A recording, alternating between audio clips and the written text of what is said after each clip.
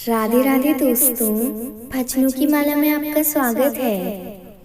मैं आज आपको वैशाख मास महात्म्य का चौथा अध्याय सुनाने जा रही हूँ। अन्न, जल तथा कंद मूलों का दान। नारद जी ने कहा, हे राजन, जिस प्रकार दूध से दही और दही से घी श्रेष्ठ होता है, उसी प्रकार कार्तिक से माह और माह से वैशाख मास श्रेष्ठ है। इस मास में दान करना बरगद के बीज की तरह बढ़ता है। मेष की संक्रांति में भगवान का ध्यान करके स्नान करें। फिर भगवान की प्रार्थना करता हुआ ये कहें, हे देव, मैं वैशाख मास भर प्रातःकाल स्नान करने की कामना करता हूँ। आप इसे निर्विघ्न संपूर्ण कीजिए। हे प्रभु, मेरा अर्घ्य ग्रहण कीजिए। फिर वस्त्र धारण कर श्री विष्णु का फूलों से पूजन करें तथा वैशाख मास का महात्म्य सुने। ऐसा मनुष्य करोड़ों जन्मों के पापों से छूटकर मोक्ष पाता है।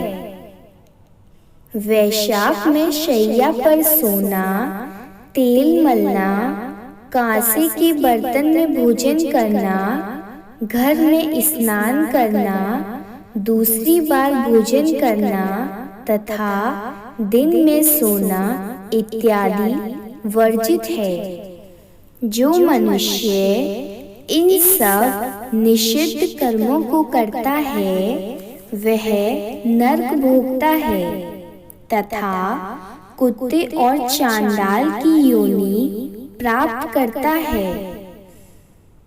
एक बार सहस्त्र ब्राह्मणों की हत्या का पाप चाहे किसी प्रकार छूट भी जाए, परंतु वैशाख में स्नान दान न करने का पाप कभी नहीं छूटता।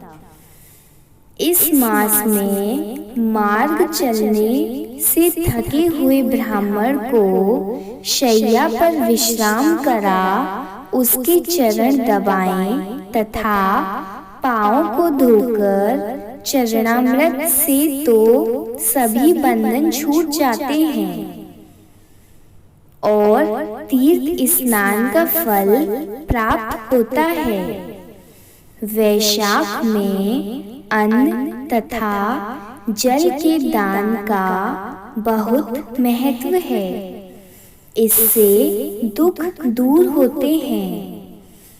प्रातःकाल सूर्योदय होने पर सागर में मिलने वाली नदियाँ गंगा, यमुना, कावेरी, नर्मदा आदि में स्नान करके भगवान का ध्यान करने से जन्म जन्मांतर के पाप नष्ट हो जाते हैं।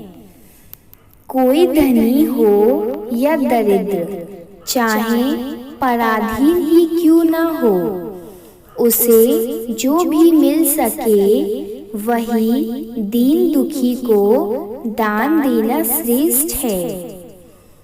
कंद, मूल, फल, शाक, गुड़, बेर, पत्र, जल, मठा जो भी वस्तु दान की जाती है, वह सदैव को स्थिर बन जाती है। दान न करने से गरीबी आती है। गरीबी में पाप बढ़ते हैं और पाप करने से नरक मिलता है। अतः दान करना अति आवश्यक है।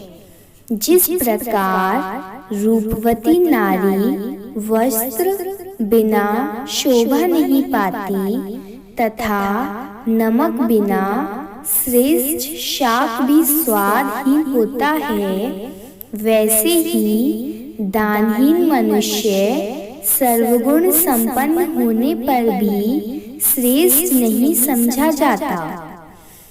उसी प्रकार वैशाख मास में स्नान दान न करने वाले मनुष्य के लिए सभी कर्म व्यर्थ सिद्ध होते हैं।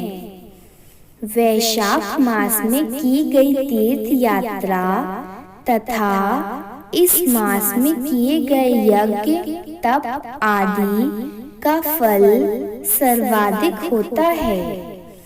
इस मास के देवता मधुसूदन का जो मनुष्य पूजन नहीं करता वह शूकर की योनि में जाता है। जो मनुष्य भगवान की पूजा करता है वह पृथ्वी का पालक बन अनेक जन्मों तक सुख भोगता है और अपने कुटुंब सहित मुक्ति को प्राप्त करता है।